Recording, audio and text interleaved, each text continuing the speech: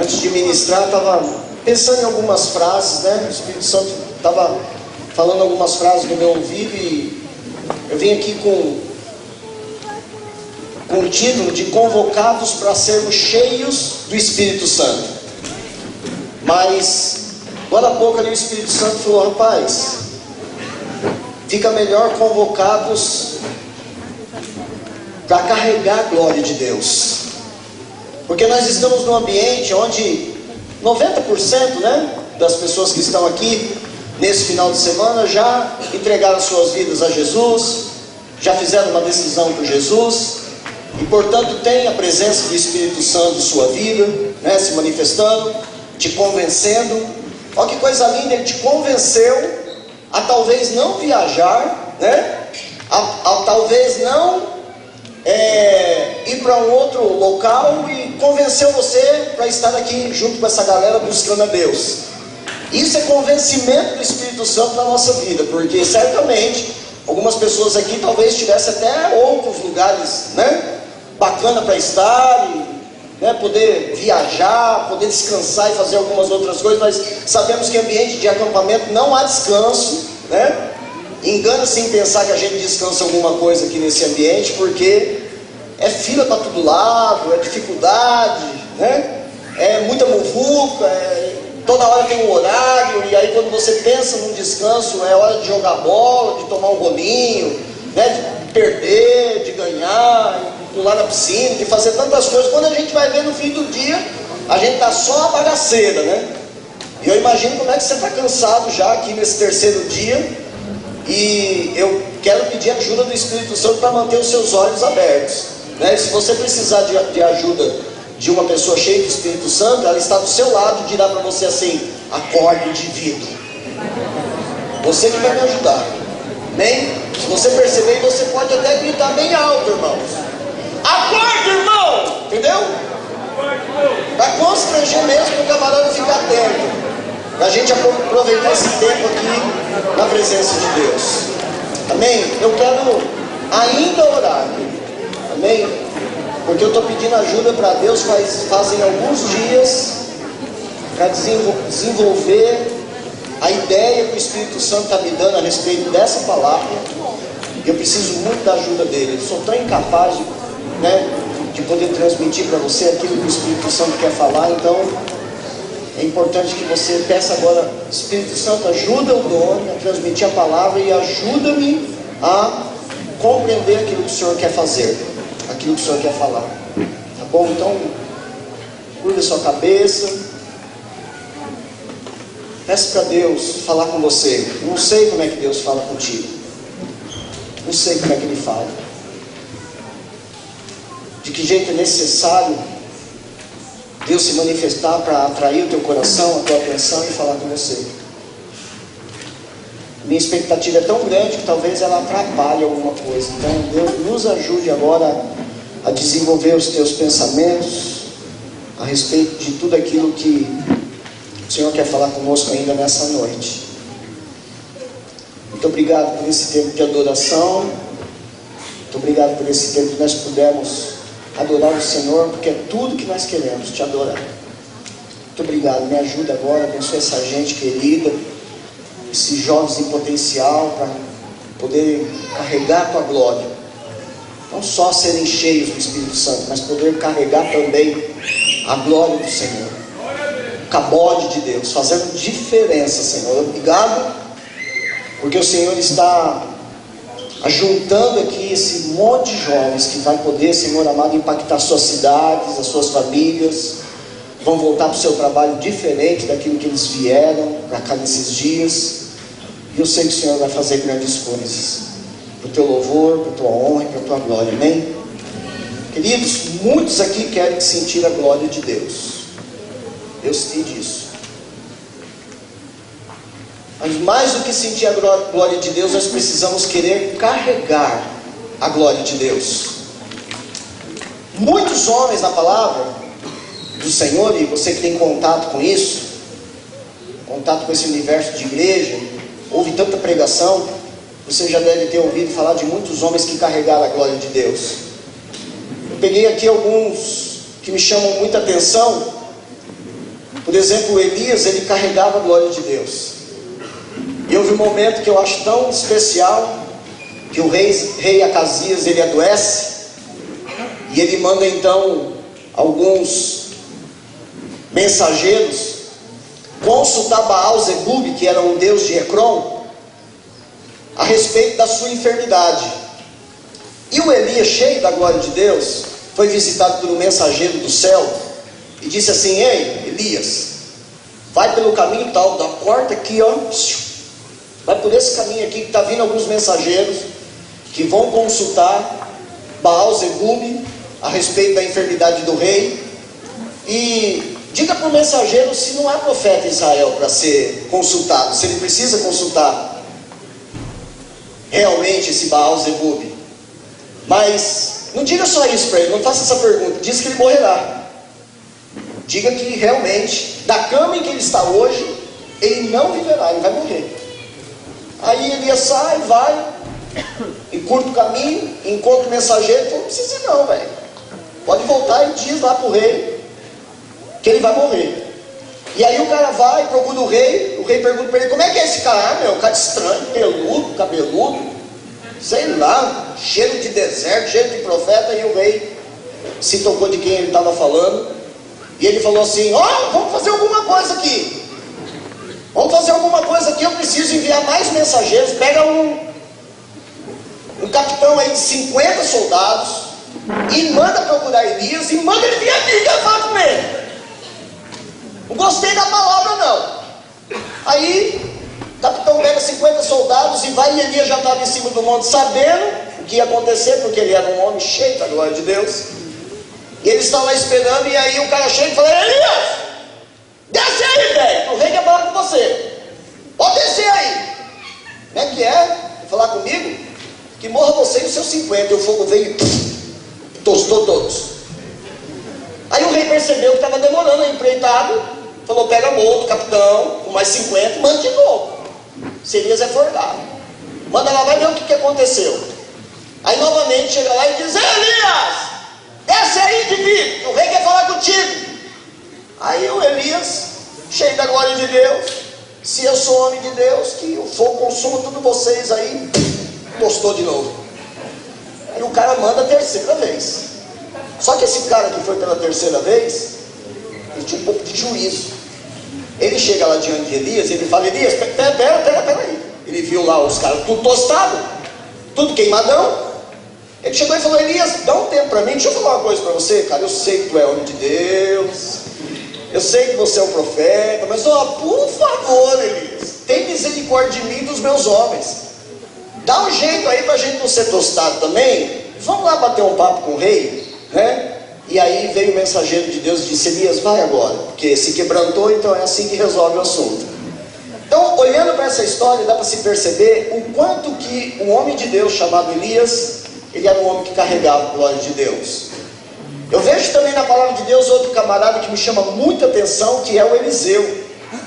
O Eliseu, discípulo de Elias, era um homem que também carregava a glória de Deus, e ele, várias histórias na palavra do Senhor, conta a respeito dessa glória que se manifestava na vida dele. Ele multiplica o azeite da viúva, vocês conhecem a história. Ele participa aqui da cura da lepra de Naamã, né? Ele era um homem cheio da glória de Deus. Alguns homens, num determinado momento do seu ministério, estavam construindo casa. E quando eles estavam construindo, o machado caiu na água e eles ficaram apavorados porque era emprestada a ferramenta. E eles vieram procurar Eliseu e disse: rapaz, nós pegamos uma ferramenta emprestada e o ferro caiu na água lá e afundou. E o Eliseu, cheio da glória de Deus, não tem problema. Ele jogou um pedaço de madeira e a palavra de Deus diz que o machado flutuou, né? E pôde resolver o problema naqueles homens. É tão interessante que algumas crianças foram zombar dele, dizendo assim: careca, brincar, achando que ele era um cara comum. E a palavra de Deus diz que ele, se virando para trás, ele viu o gesto desses meninos, os amaldiçoou em nome do Senhor. Então 2 ursas saíram do bosque e despedaçou 42 daqueles meninos. Quem está me chamando de careca aí?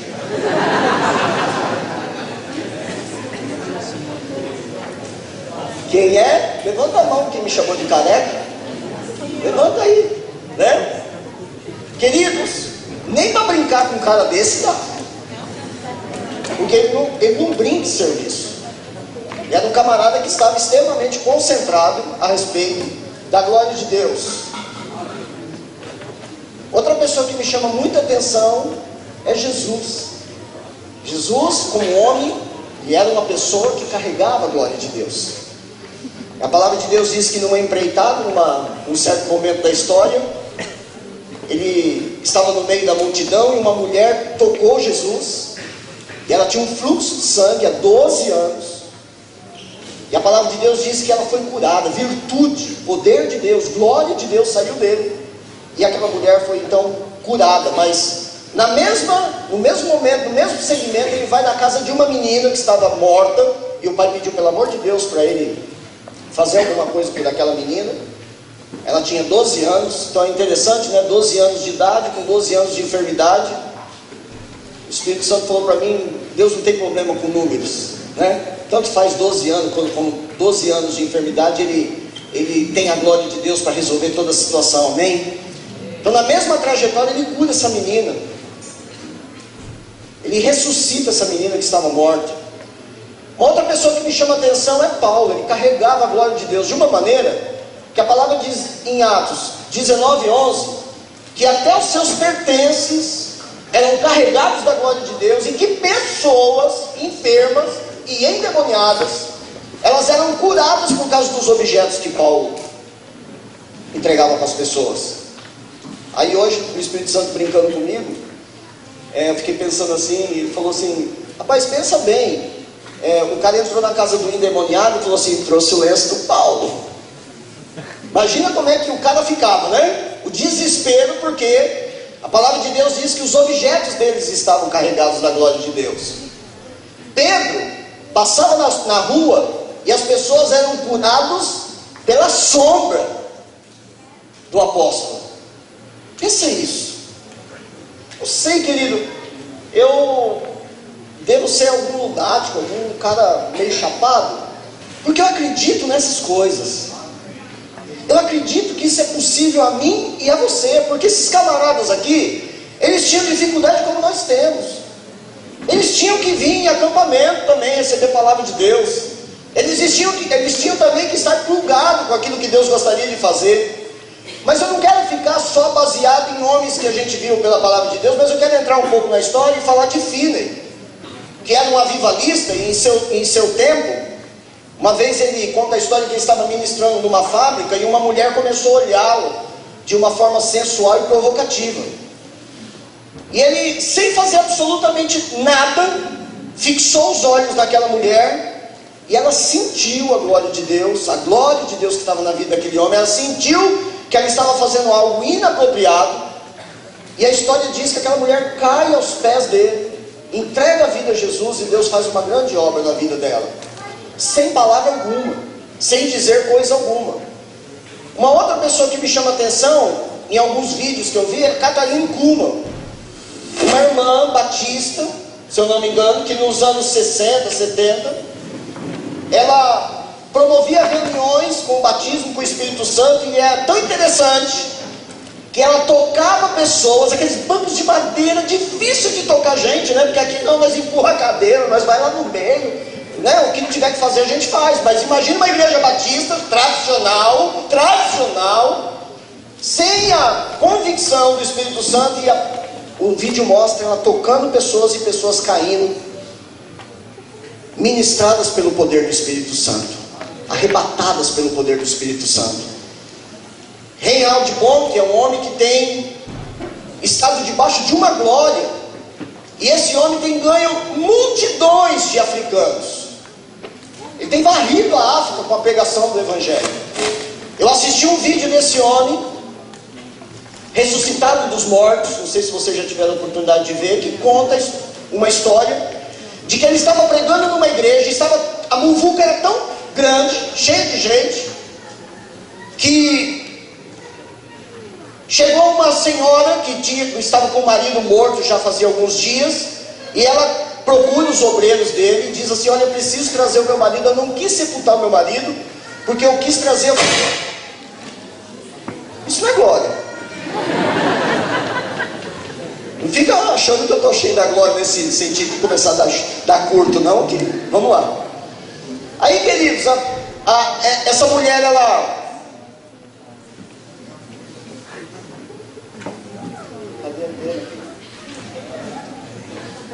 Não seguro mais, ou então vou segurar só para te acordar agora.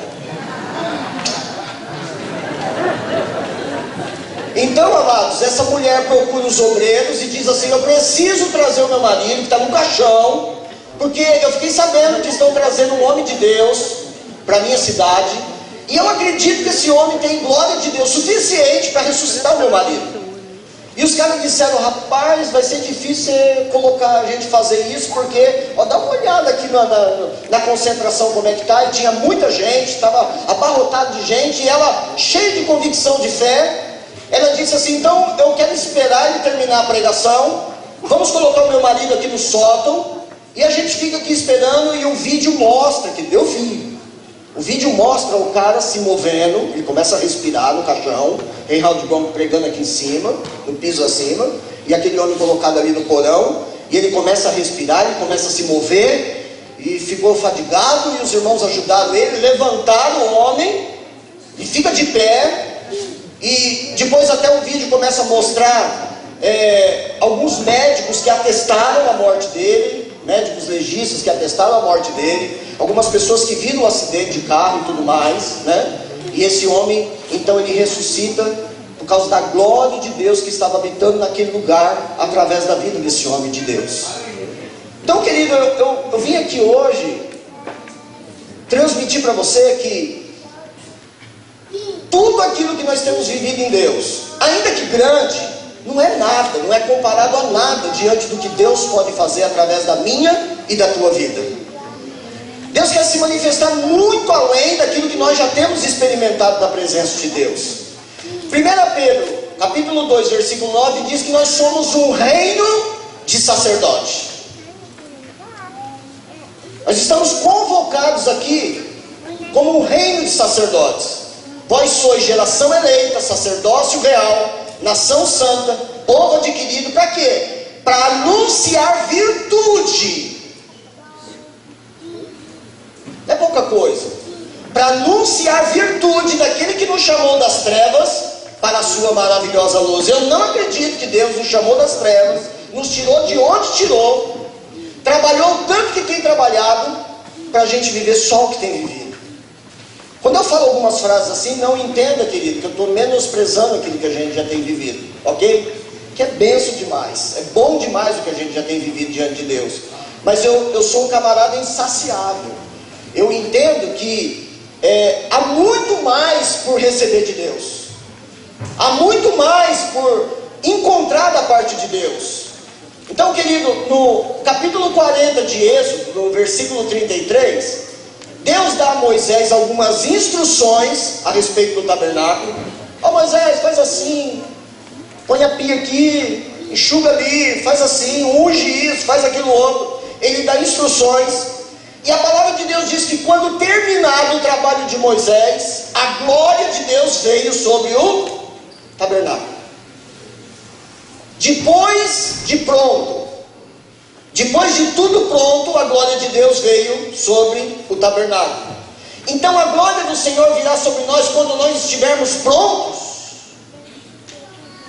Podemos usar isso, essa figura? Porque nós somos o tabernáculo de Deus hoje. Não tabernáculos feitos por mãos de homens, mas nós somos o tabernáculo do Senhor. E a pergunta é: essa Shekinah, essa glória, esse cabote de Deus, virá sobre nós quando nós estivermos prontos? O que é estar pronto do ponto de vista da palavra de Deus, querido? O que é estar pronto? Existem alguns requisitos que a gente vai ver aqui agora, porque eu tenho entendido da parte de Deus que estar pronto é eu dar uma resposta adequada à minha vida espiritual, à minha idade espiritual. Pescou? Ou quer que eu repita? Estar pronto no ponto de vista de Deus, no ponto de vista da palavra de Deus, para cada um de nós, porque cada um de nós temos uma idade espiritual, temos um momento espiritual. Significa você dar uma resposta diante de Deus mediante o momento espiritual, a tua idade espiritual diante de Deus. Então, por exemplo, como eu tenho uma idade maior espiritual que talvez essa moça aqui da frente, esse rapaz, talvez eu seja mais idoso espiritualmente, no sentido de ter entregue a minha vida para Jesus, Deus espera de mim uma resposta diferente da dele. Quem aqui nunca tinha vindo num ambiente de um acampamento cristão, ouvir palavra de Deus, e está vindo pela primeira vez? Levanta sua mão. Olha que lindo.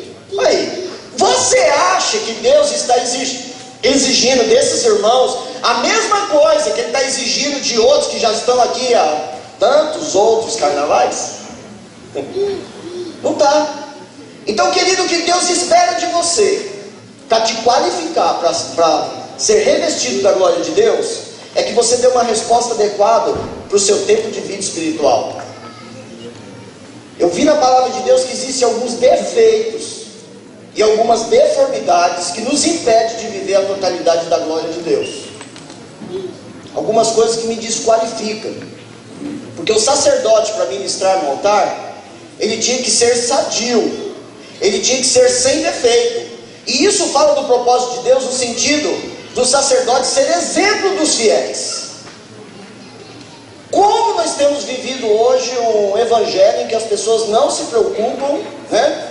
Em que os seus defeitos sejam vistos pelas pessoas nos ambientes onde estamos, na escola, no trabalho. Faz o mínimo de questão de muitas vezes entrar em piada que não deve, falar coisas que não deve, entrar na mentira do outro, aquelas situações. Parece que a gente muitas vezes nós não estamos nos apercebendo de que isso me desqualifica de viver a glória de Deus, amado. Entenda uma coisa, todos nós aqui já temos o Espírito Santo.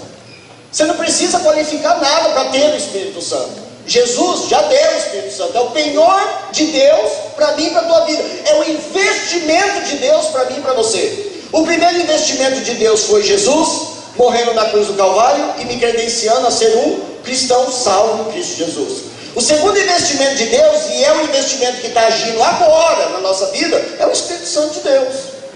Mas, querido, nenhum investidor investe algo em alguém sem esperar retorno.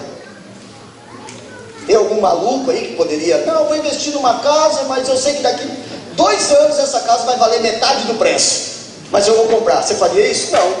Quando compramos alguma coisa, nós entendemos que depois há de ver um retorno. E o retorno de Deus, através do Espírito Santo na nossa vida, é de que nós venhamos experimentar a glória de Deus e agir mediante aquilo que Ele espera de mim e de você. Então, querido, existem requisitos para os jovens. Eu estou falando aqui um pouco do Velho Testamento, mas aí você pode ficar assim, mas o pastor está pegando coisa do Velho Testamento, querendo aplicar aí a lei, né? E nós estamos na graça, e na graça não tem exigência, é só louvar, tem sabor de mel, né? Tem sabor de mel, aqui nós é Corinthians, e vamos que vamos, né? Não é assim. No Novo Testamento, querido, também há requisitos. E aqui há alguns requisitos que eu achei aqui para a vida do jovem. Ele diz assim, ninguém despreze a sua mocidade. Requisito. Você está desprezando a sua mocidade com alguma coisa? O requisito de Deus é, não despreze. Ser exemplo dos fiéis. Você é exemplo? Você é exemplo para os adolescentes na tua igreja? Será que os adolescentes estão querendo logo ser jovem e estar no meio dessa muvuca aqui, né, da moçada, porque eles sabem que aqui tem glória e a tua vida está sendo impactada? Ou eles dizem assim, eu não quero sair daqui não, porque eu já sou tudo amarelo. O acampamento de jovem é ruim demais, não rola nada. Aqui não, aqui nós buscamos Deus, nós procuramos anjo de madrugada. Quem conhece essa história aí de adolescentes que ficam procurando anjo de madrugada? Tem um bocado aí, né? Entendeu? Caçadores de anjo. Caçadores de anjo. Mas a pergunta é, você é exemplo para os fiéis? Em que, meu querido? No seu namoro? O jeito que você namora, o jeito que você beija de língua, Você é exemplo para os adolescentes na sua igreja. Você é exemplo para o seu irmãozinho que é pequeno. Você é exemplo para aquele que está chegando agora. Como é que namora? É assim, ó. Paulo Gato. É esse exemplo? Então, são qualificações, querido. Eu estou buscando aqui para você entender que eu não quero trazer coisas da lei. Mas a palavra de Deus diz no Novo Testamento, Timóteo, capítulo 4, versículo 12, que você deve ser exemplo dos fiéis do quê? Na palavra, no jeito de tratar. Ah, mas já disse isso aí, maluco! Tô lascado aqui, mano! Só fala em louça, velho! De novo mandei lavar a louça! Sangue de Jesus, não vem que eu estudo faculdade!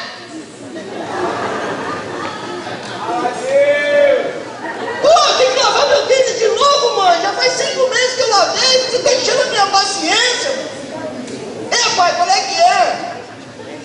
Qual é o seu exemplo no tocante a tratamento? Como é que trata a mamãe? Como é que trata papai? Requisito. Você quer glória de Deus? Você veio aqui para esse acampamento para ser revestido do poder de Deus e sair daqui bombando, trinquinando na presença de Deus e dando resposta para Deus a respeito de uma vida espiritual intensa? Tem requisito. Porque, querido, nesse ambiente que nós estamos aqui de 3 dias mergulhados aqui, é muito fácil sentir glória de Deus, sentir unção de Deus. Sabe por quê? Porque você abriu mão dos seus pecados. Você falou, nossa Deus, no primeiro dia, né? Teve aqui a pregação, você já caiu de joelho. Nossa Deus, eu estava lambuzado demais. Nossa, eu estava doidão. Meu Deus do céu. Nossa, está ruim. Precisa abrir mão, sabe que aí você começou a abrir mão, aí veio outro culto, na hora da adoração você foi abrindo mão. Vou parar de enganar, vou parar de fazer. Você foi construindo, você foi se qualificando.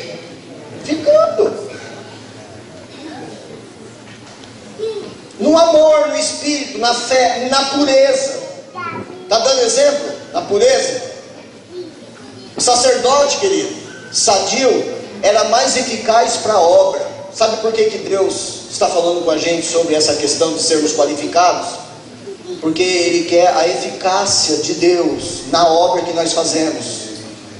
Nós precisamos ser uma igreja diferenciada nesses dias. Em meio a tanto escândalo, em meio a tanta venda da fé, em meio a tantos que cantam intimidade, mas a vendem. Gente que está vendendo intimidade com Deus. E quem vende intimidade, querido, não é adorador. Não quero nem falar o nome de quem é que vende intimidade. Então nós estamos vivendo esse tempo. Então Deus quer nos qualificar. Deus quer que a nossa igreja seja séria. E que tenhamos jovens sérios.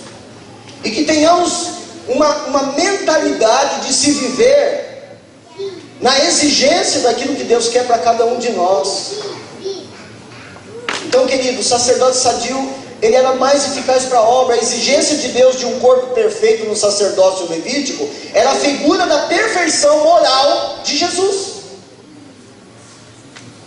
Por que havia requisito? Porque Deus estava mostrando através de uma figura que o sacerdócio de Jesus seria dessa forma, de uma forma perfeita. Existem qualificações morais e espirituais exigidas por Deus para os obreiros na nova aliança. Quantas pessoas temos aqui que trabalham no ministério, né? Já fazem parte de alguma coisa dentro da igreja. Então, Timóteo capítulo 3, ele vai narrando uma infinidade de requisitos, não é de qualquer jeito. Pastor, mas eu conheço gente que é líder, eu conheço gente que é pastor, eu conheço gente que é alguma coisa, que é músico, que é levita, que dança, que pula, que grita, mas não está fazendo isso aí que a palavra de Deus diz para fazer.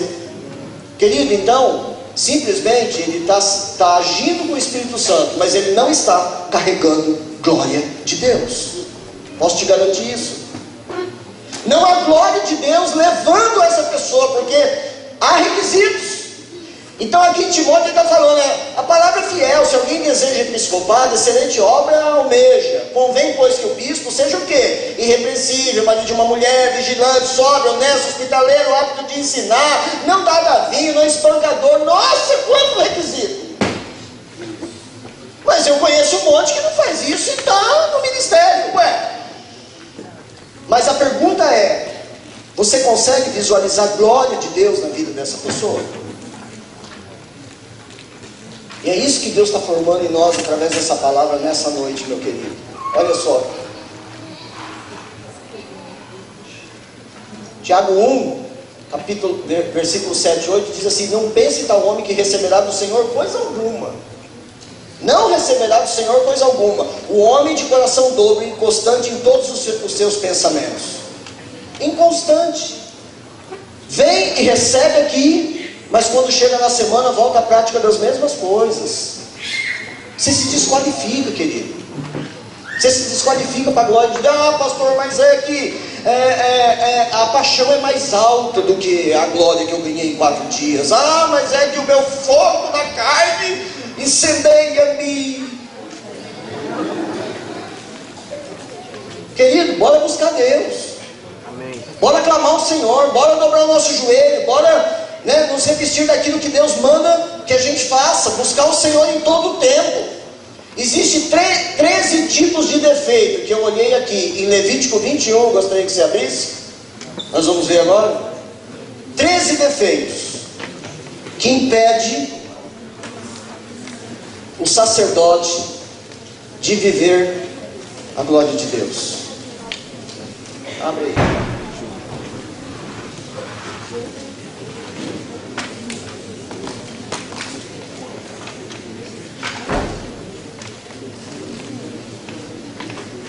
Levítico 21, 17. Ele diz assim: já mostrei para você, na nova aliança nós temos também requisito, ok? Agora quero olhar para você aqui e quero que você fique bem firme na sua cabeça, querido, que o sacerdócio não é algo do Velho Testamento. Nós somos sacerdotes diante de Deus, amém? Você é um sacerdote. Qual é a função do sacerdote? Trazer Deus aos homens e levar os homens a Deus, através da intercessão, através do evangelismo. Eu levo pessoas a Deus, e eu posso, através da minha oração, da minha adoração, da minha vida com Deus, trazer Deus para pessoas, ok? Então nós temos ainda a função de sacerdócio. E aí ele diz assim: falarão dizendo, 17, ninguém das tuas sementes, nas tuas gerações, em que houver alguma falta, se chegará para oferecer o pão ao seu Deus. Versículo 18: pois nenhum homem em que houver alguma deformidade se chegará, como homem cego ou coxo, o de nariz chato, ou de membros demasiadamente compridos. Versículo 19: ou o homem que tiver o pé quebrado, ou mão quebrada, corcovado, anão, ou que tiver belidas nos olhos, ou sarna ou impinge, ou que tiver testículos quebrados, ou defeito na visão. Critérios para se viver a glória de Deus, para experimentar, entrar no lugar onde Deus manifestava o que? Glória. Não podia entrar de qualquer jeito, porque se entrasse de qualquer jeito, morreria. Havia morte. O negócio é sério. Só que nós achamos hoje que a gente pode viver de qualquer jeito, que isso é coisa do passado, hoje não acontece mais nada, querido. Nós temos a capacidade de muitas vezes entristecer o Espírito Santo a ponto de ele extinguir de nós. E isso é morte, apartamento, estarmos separados da glória de Deus. E isso que significa morrer para Deus. Não é literalmente você cair no caixão, mas é viver afastado, é ser alguém frio no seu espírito, não ter mais conexão, ter mais o sentimento de Deus. Então ele está falando aqui do cego. O cego não podia receber a glória de Deus. O cego fala daquele, querido, que não tem visão. que não está apto para o sacerdócio. São pessoas sem visão, é como um carro sem farol à noite. Quando se perde a visão de Deus, perde-se o foco dos objetivos principais do reino de Deus. Perde-se a direção. Que Deus nos ajude, querido, a fim de que tenhamos sempre um colírio para ungir os nossos olhos espirituais. Como é que está a tua visão? Como é que está a tua visão a respeito daquilo que Deus está fazendo? Como é que está a tua vista? Como é que você está se apercebendo hoje, através da sua visão, do que Deus está fazendo na sua vida, no mundo, na sua casa? Como é que anda isso? Ele diz que o coxo não poderia também. Pessoas que manquejam por causa de defeito das pernas ou dos pés. No livro de Hebreus, capítulo 12, diz assim: fazei veredas direitas para os vossos pés, para que não manquejem e nem se desvie inteiramente, antes ele seja sarado. Faça veredas para os vossos pés. O autor de Hebreus está dizendo. Então, o coxo tem dificuldade para andar, eles são lentos. Quantas pessoas vivem manquejando espiritualmente, não conseguem firmar propósito com Deus? São pessoas que cochiam o tempo todo entre dois pensamentos, são indecisos, não tem firmeza espiritual. O cristão precisa ser decidido e seguro daquilo que ele é em Deus. Quantos aqui têm dúvida se é salvo ou não? Quantos aqui têm dúvida se Deus o ama ou não? Quantos aqui têm dúvida a respeito de tanta coisa, querido? O cristão, ele precisa ser alguém decidido a respeito daquilo que ele é. Entender a sua identidade. Eu sou filho, não abro mão. Sou filho de Deus, nada vai me levar, nada vai me arrastar, nada vai me seduzir, porque eu sou filho de Deus. Você pode dizer amém? Amém. Outra coisa, querido, nariz chato. Agora é hora de brincar, né, com os irmãos, né? Mas o nariz é um órgão do olfato. Por isso não podia, sabe, ser chato. Ter nariz chato significa não sentir mais, não ter mais sensibilidade do cheiro, do perfume do Senhor Jesus na nossa vida. Perder essa sensibilidade do olfato. Não estar mais apercebido do cheiro da rosa de Saron, do lírio dos vales. É alguém que não consegue mais. Lembra quando você se converteu? Né? Você, no meio do louvor, você sentia aquele aroma do perfume de Cristo. Você era alguém que tinha uma percepção da presença de Deus, mas nariz chato fala de alguém que perdeu essa sensibilidade, não exala mais a glória de Deus. Outra verdade é que o cristão não deve meter o nariz em coisa que não agrada a Deus. Quantas vezes nós temos metido o nosso nariz em algumas coisas que não agradam o Senhor, metendo o nariz aonde não lhe cabe. Outro requisito aqui é que não podia ter membro demasiadamente comprido. Isso fala de coisas exageradas. Está relacionado aos membros do corpo, como pernas, braços, mãos, pés. Em tudo nós precisamos ter equilíbrio. Isso fala de pessoa que quer a qualquer custo ser maior do que o outro, ser demasiadamente grande a despeito de alguém que está do seu lado. Nós somos iguais no reino, não há maior, não há menor. Todos nós temos a nossa função, todos somos iguais. Ao seu tempo Deus vai te levantar e Ele vai usar a sua vida, e ninguém poderá te paralisar. Mas ao tempo de Deus podemos ser mais espertos, né? Que tenta alcançar nas coisas colocando pessoas para trás. Isso é coisa de adulto, né? Parece que o jovem não vibrou, porque não há isso no meio dos jovens, né? Ninguém querendo colocar na frente de ninguém, se colocar na frente de pessoas, né? Como se fosse maior, porque a palavra de Deus diz, meu querido, que o importante é que Cristo cresça e que eu diminua. Essa é a situação que Deus quer trazer para cada um de nós. Ele diz também que pés quebrados desqualificam. Geralmente essas pessoas vivem mais sentadas, né? Pessoas de pé quebrado, já reparou? Livro de Miqueias 2,10 diz assim: levantai e andai, porque não é aqui o vosso descanso. Qualificação de Deus para cada um de nós. Meu querido, você está muito sentado espiritualmente, levanta. Para de mas preciso descansar. Já viu o discurso? Não fui no culto domingo que eu precisava descansar. Aí domingo que vem eu precisava descansar. E no outro domingo eu precisava descansar. Vai descansar na luz. Pelo amor de Deus. Levantai e andai, porque não é aqui o lugar de descanso. Aproveita, meu querido, a sua energia, aproveita o seu tempo, aproveita o seu instante, o seu ciclo, para fazer grandes coisas na presença de Deus. Aproveita, viu? Quanta energia nós temos? Rapaz, corre, vai, joga bola e passe, não vê a hora de fazer mais coisas. Aquela coisa toda, por quê? Porque você tem muita energia diante de Deus. Eu ministrei no acampamento dos adolescentes e disse assim para eles: rapaz, vocês têm que levantar mais cedo, você tem que correr para a escola, fazer a sua aula, depois você chega em casa, faz sua aula de inglês, vai na escolinha, joga o seu futebol, chega à noite, você faz alguma coisa lá na internet, depois você vai orar, você vai ler, você vai fazer alguma coisa, no outro dia de novo, vira esse frisson na presença de Deus. Porque esse tempo vai passar. Você vai ser igual alguns jovens que vão ter que trabalhar e estudar.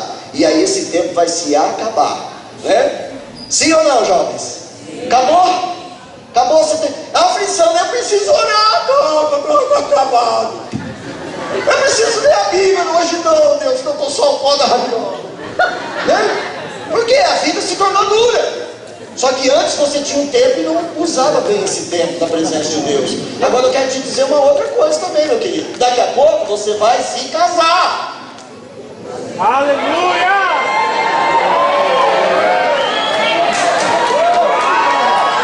Vocês são contra o casamento?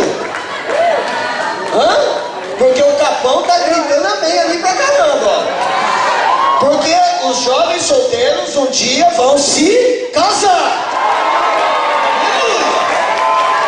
A resposta foi melhor, irmãos.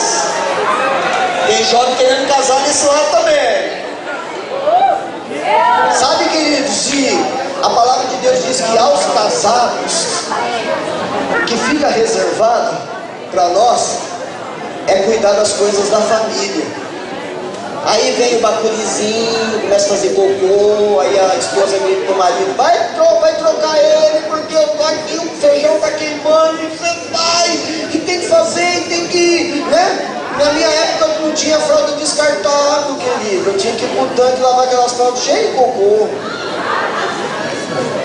Hoje não, hoje tá fácil, né? Tira e joga no lixo, mas na época que os meus filhos eram pequenos, né? Nossa, o pastor é velho, hein?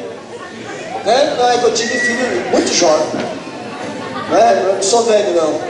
Então, queridos, quão formosos são os pés daqueles que anunciam a paz, dos que anunciam coisas boas. Os pés são o sustento do corpo, portanto eles não podiam ser quebrados. Eles deviam estar perfeitos e preparados para anunciar as boas novas da salvação. O sacerdote ainda tinha que estar com o pé untados, ungido, para que onde eles pisassem, eles viessem deixar marca. E aí é uma pergunta aqui do Espírito Santo para você: como é que estão os seus pés? Aonde tem andado?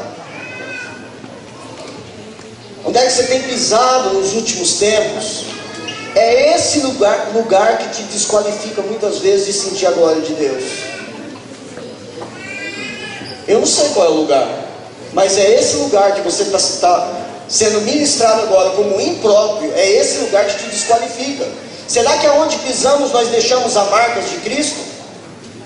Diz também que nós não podemos ter mãos quebradas. As mãos falam de trabalho. Mãos quebradas são aquelas que não se estendem para abençoar pessoas. Você quer a glória de Deus na sua vida? Sim ou não, irmãos? Sim. Só isso? Você quer a glória de Deus na sua vida? Sim ou não? Sim. As suas mãos têm que ser usadas.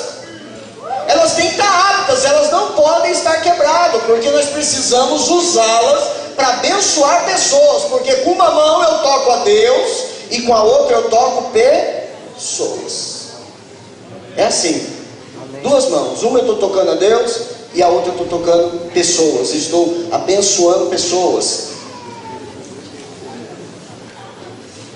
Mãos quebradas são aquelas que não são sustentadas ao alto. É comum a gente ministrar louvor muitas vezes e nos aperceber que tem pessoas que nunca tem a sensibilidade de levantar as mãos aos altos, né? Glorificar Deus, declarar, Ele é Senhor, mas lembra, querido, quando a gente ia no estádio assistir um jogo de futebol, como é que a gente levantava as nossas mãos para os times que a gente torcia? Não é verdade isso? Rapaz, eu sou corintiano e como corintiano, a gente levanta as mãos e joga ao alto, o negócio é doido.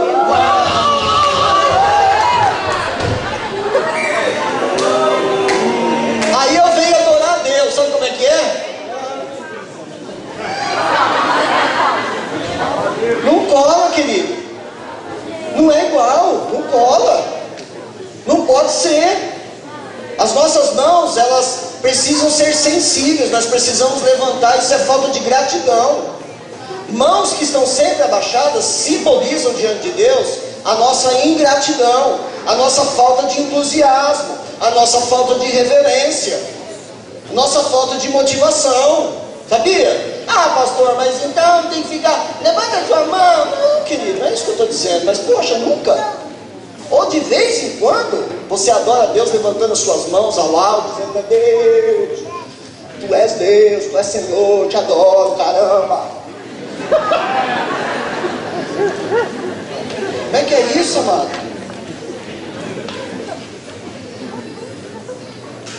O escritor de Hebreus, ele diz assim: portanto, tornai as vossas mãos, portanto, tornai a levantar as mãos cansadas e os joelhos desconjuntados. Torne a levantar sua mão. Você perdeu o entusiasmo? Antes era diferente, agora não dá mais. Ah, esse louvor enche. Nossa, de novo o Gerson com esse louvor. Nossa, mano, 150, meu irmão, para adorar a Deus não tem música, não tem som, não tem gente, não tem nada, é a minha vida que fala, é o meu entusiasmo, é o meu coração. Não precisa nem começar o culto que você já tem que estar lá.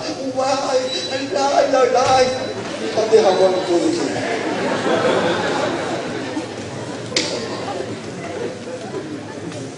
Já reparou como nós dependemos do nosso ambiente de culto, né?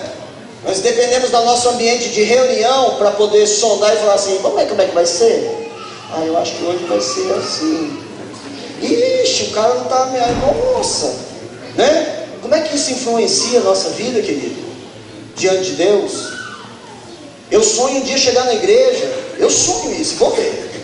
Chegar na igreja que o grupo de louvor não chegou, mas já vai ter gente adorando a Deus. O ministro chega, quando ele olha, já vê um monte de gente deitada no chão, dizendo: te amo, te amo, te amo. Aí ele que vai ter que entrar na nota do pessoal que vai estar no chão, adorando a Deus. Pega a nota aí, pega a nota, o pessoal está cantando aqui, está adorando a Deus. Eu sonho com isso.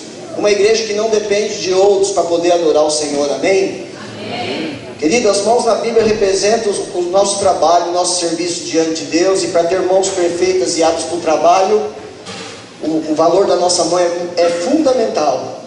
Quando ungimos os enfermos, expulsamos demônios. Sua mão é mão que expulsa demônio? Ou é mão que corre?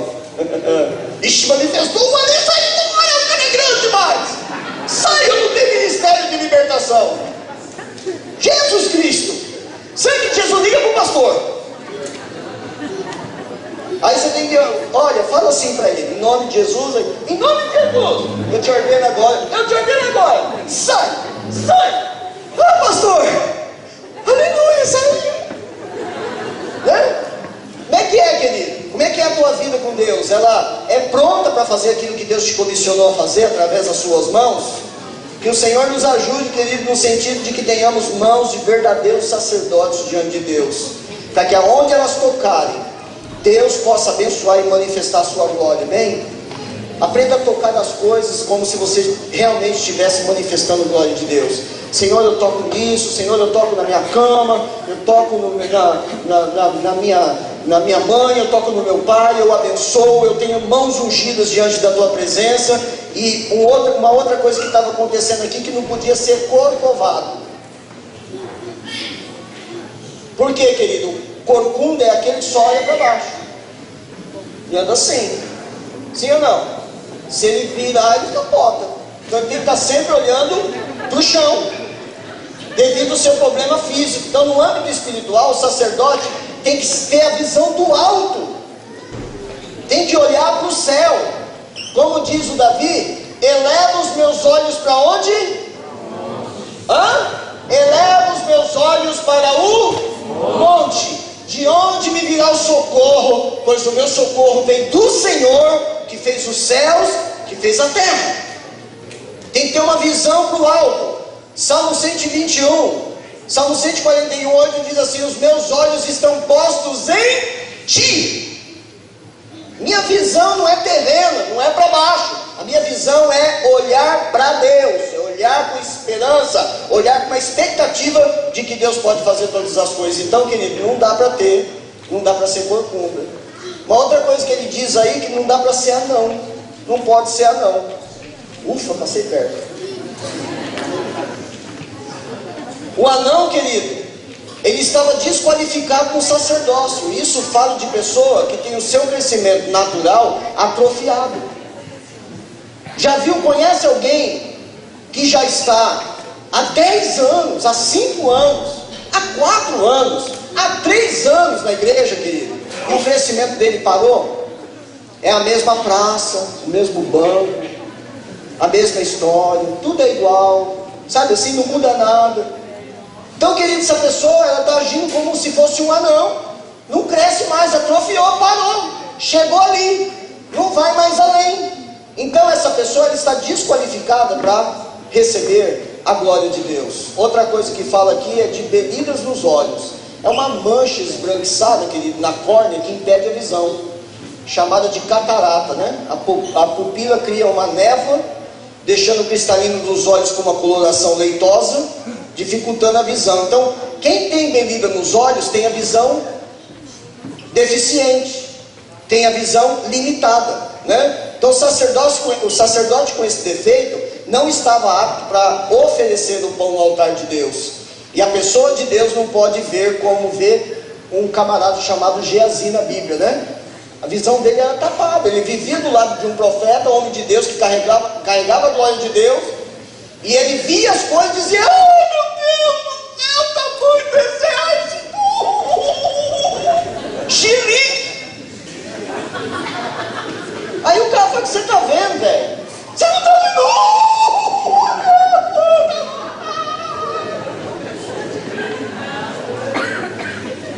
Aí o homem de Deus fala: rapaz, quieta lá, Deus vai manifestar a glória aqui, deixa o exército aí, fica tranquilo, bobão, fica tranquilo. Então, esse camarada, ele tinha uma visão embaçada a respeito das coisas que Deus queria fazer na vida dele, mas o seu discipulador era alguém que era uma pessoa carregada da glória de Deus, amém? Outra coisa que não podia ter era sarna, conhecida cientificamente como escabiose. É uma infecção causada de um parasita. A sarna pode atingir, querido, qualquer pessoa. Hoje, quantas pessoas são sarnetas espirituais? O pastor veio acabar com a festa, rapaz. Estão cheios de parasitas, não trabalham na obra de evangelização, não curte missões, não curte ministério, não entra no ministério com criança, não tem chamado para isso, não tem chamado para casais, não tem chamado para nada. Ele está cheio de sarna, só parasita, só fica parasitando, né? Comendo da vida dos outros, né? Não fazem parte de nada, vivem como turista na igreja, são acomodados, querido. Pode não, querido. Nós estamos aqui buscando qualificação para sermos cheios da glória de Deus, para que tudo que nós colocarmos nas nossas mãos manifeste glória de Deus, poder de Deus, na vida da área qualquer que seja que você se empenhar a trabalhar, querido, Deus vai te usar. A sarna pode também contagiar, ela afasta as pessoas de nós, porque ninguém quer ficar perto de um sarnento.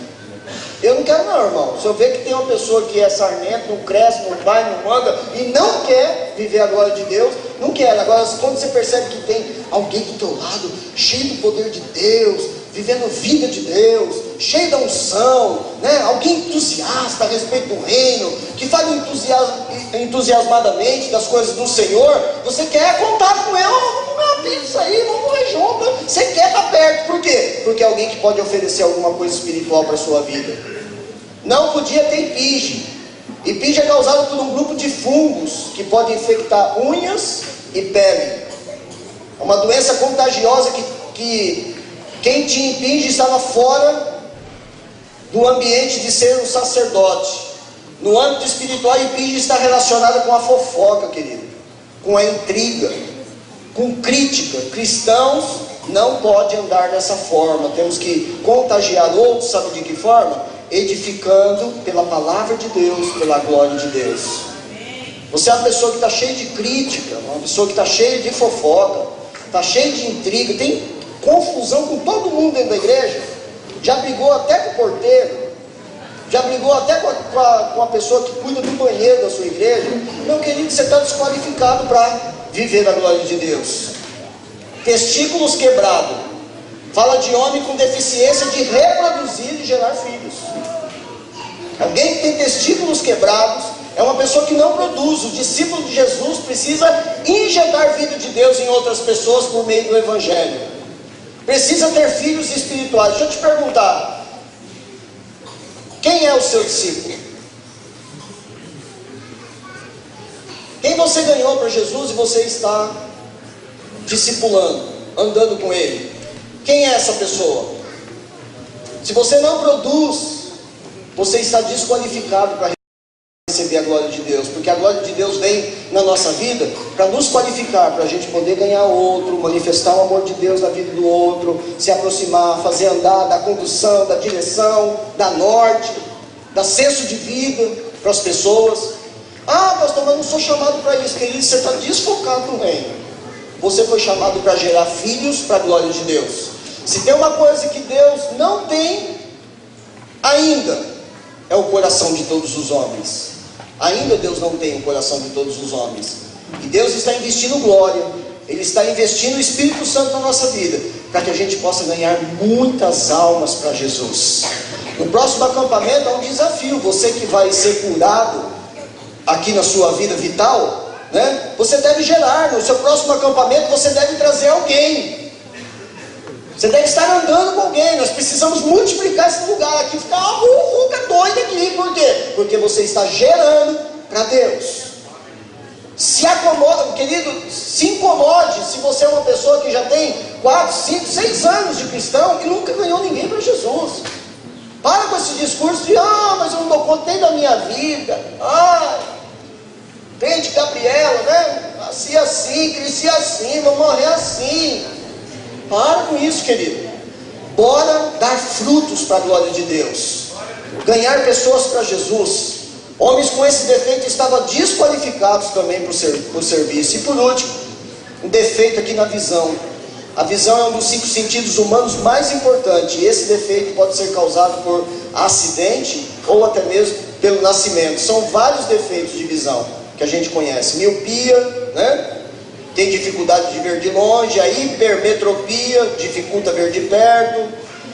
Como é que é isso aqui?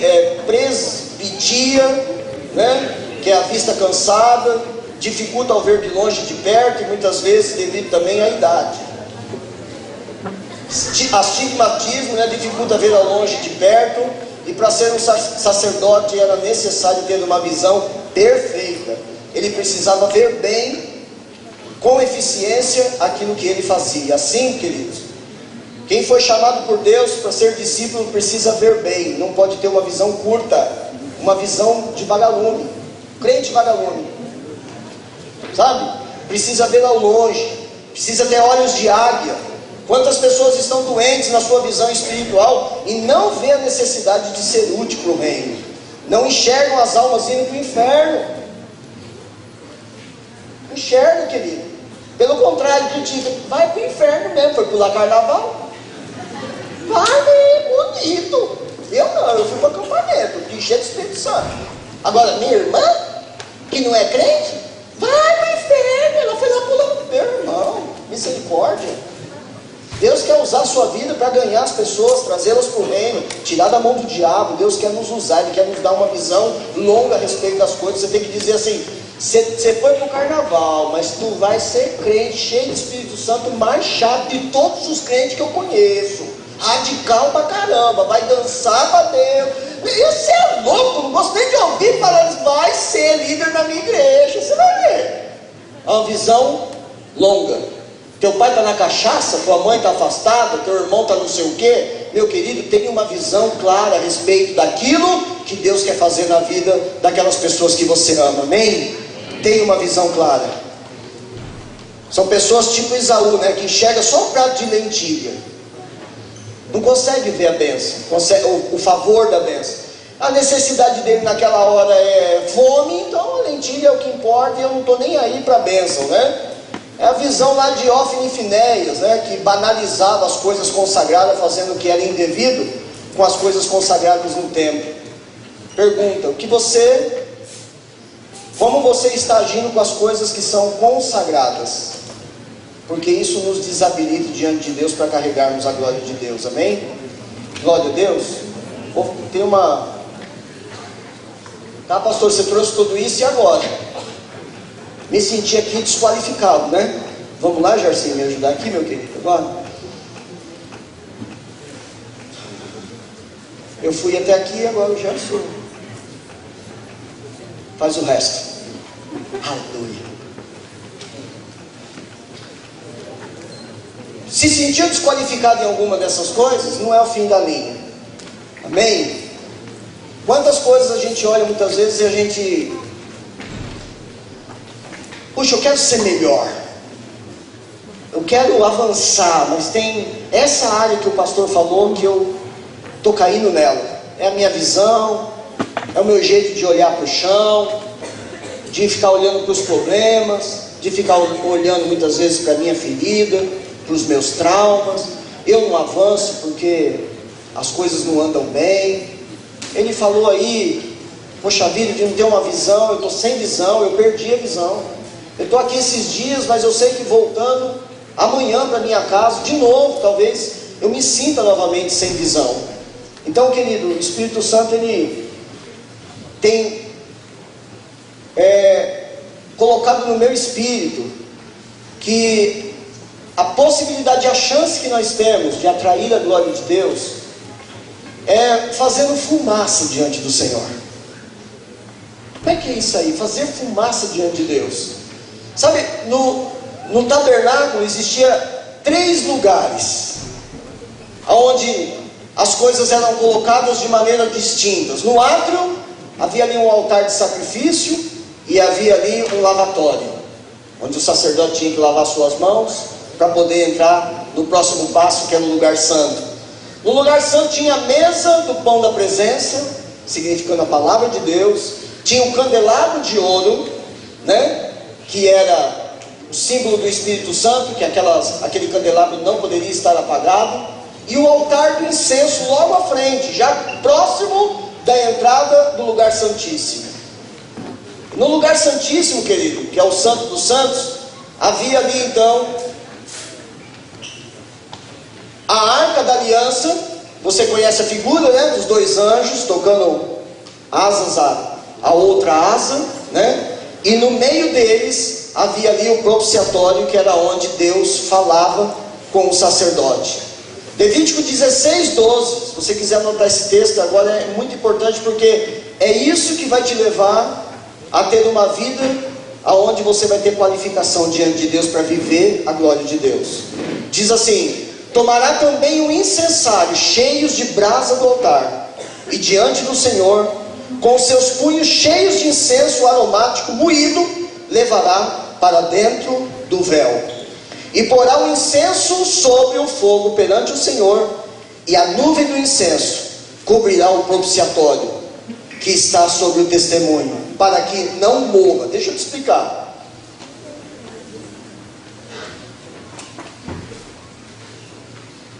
Havia um ambiente aqui onde não se entrava de qualquer jeito, não se entrava desqualificado. O Santo dos Santos, o lugar onde estava a Arca de Deus, a Arca da Aliança. A palavra de Deus fala que aqui, nesse outro ambiente aqui, logo na entrada tinha o altar do incenso. E o sacerdote, para poder entrar nesse lugar, a palavra de Deus diz que ao entrar, ao pegar o incenso, colocar ali dentro da lâmpada e fazer fumaça dentro do Santo dos Santos, havia uma necessidade dele fazer tanta fumaça, porque ele não podia ver a Deus, porque se ele visse a Deus, ele morria. Então, querido, a necessidade que nós temos de fazer diante de Deus muita fumaça, para estar diante do Senhor. O que eu sempre tenho ministrado no meu espírito, que o fazer fumaça significa uma vida de oração e uma vida de adoração. Sabe por que estamos fracos na fé? Estamos desqualificados e com tantas imperfeições? Porque oramos pouco, porque adoramos pouco demais.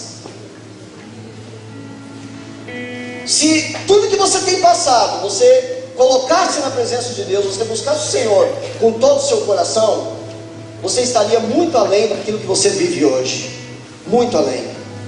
Por isso a ordem de Deus para mim e para você, terminando já essa noite, né? Daqui a pouco a gente tem alguma outra programação, mas a ordem de Deus é: faça fumaça, faça fumaça diante de Deus. Possibilite entrar no lugar aonde está a glória de Deus, aonde está a Shekinah de Deus, e que você faça muita fumaça diante do Senhor. Você faça muita fumaça, muita fumaça. Você incense o lugar, porque é dessa maneira que você vai poder entrar e ficar na presença de Deus. Você já percebeu que tudo te impede de orar? Já percebeu? Rapaz, eu olhando para a vida do meu filho, dos meus filhos, olhando para a vida deles hoje, eu falo assim: que dificuldade que é para um jovem fazer fumaça. Porque é punk, é 2 horas para ir de ônibus, de trem, de carro, seja lá o que for, e para voltar mais 2 horas, não é assim? 1h30, 1 hora, alguns trens. Cansado, trabalha, vai para a faculdade, chega. Aí a pergunta é: como é que nós vamos achar um ambiente onde eu consiga fazer fumaça na presença de Deus? Então, querido, Deus está te dando um norte, não está exigindo de você, porque Deus ele não é exigente, Ele está te dando um norte, uma direção. Não tem outra saída, não tem outra maneira. Tudo te impede de adorá-lo. É a chateação dos pais, é a vida da carne, é a prostituição, é a masturbação, é as minas que pegam no teu pé, é os manos que ficam enchendo a paciência, é o ambiente de trabalho.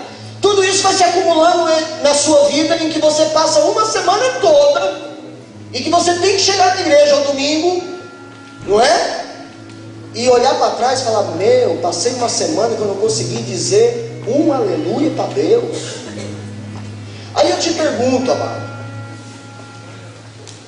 como filho de Deus, como cristão, como sacerdote do Senhor, como é que nós vamos viver glória de Deus? Porque cá para a minha vida, eu não sei a sua, tá? Mas eu não estou contente, eu não estou feliz com aquilo que eu tenho vivido em Deus, porque eu sei que Deus tem mais para mim. Eu sei. E eu estou me preparando esse ano, porque depois da manhã eu faço 50 anos. E o jubileu para mim é algo muito importante. Aplauda o Senhor, 50 anos que Deus está me abençoando. Estar nesse ambiente, ninguém conhece a história, só eu e a Néia conhecemos a história, né? E eu só estou pregando porque a Néia é instrumento de Deus na minha vida. Então nós conhecemos a história, e esse ambiente, para a minha vida, é um ambiente de glória de Deus. E eu peço para que o Senhor reproduza na tua vida tudo quanto Ele tem feito na nossa, e mais, e muito mais.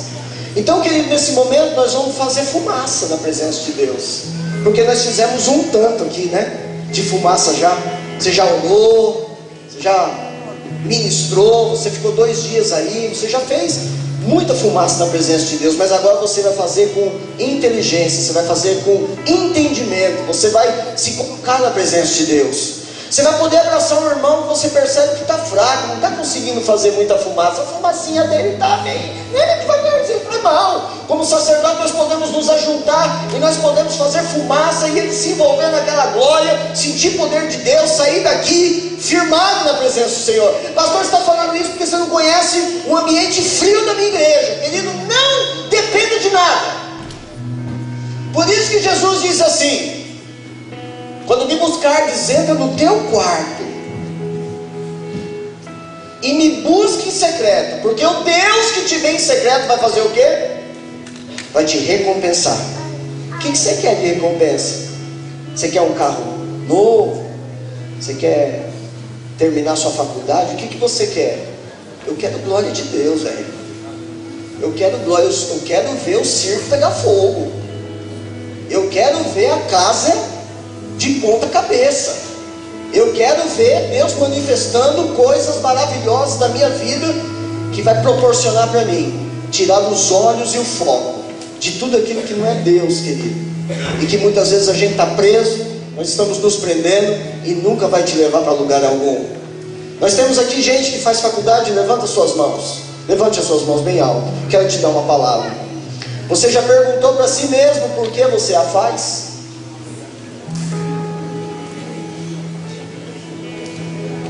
Quer ganhar muita grana com ela?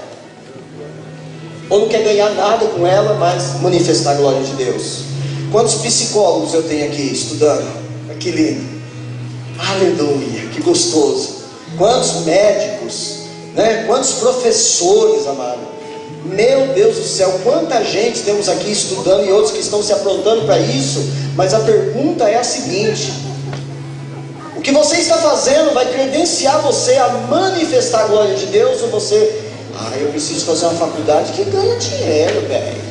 Eu preciso ter meu carro, preciso ter minha casa, eu preciso ter isso. Porque todas essas coisas são transitórias e passageiras. Mas a glória de Deus, a história que Deus tem para escrever na tua vida, nunca se passará.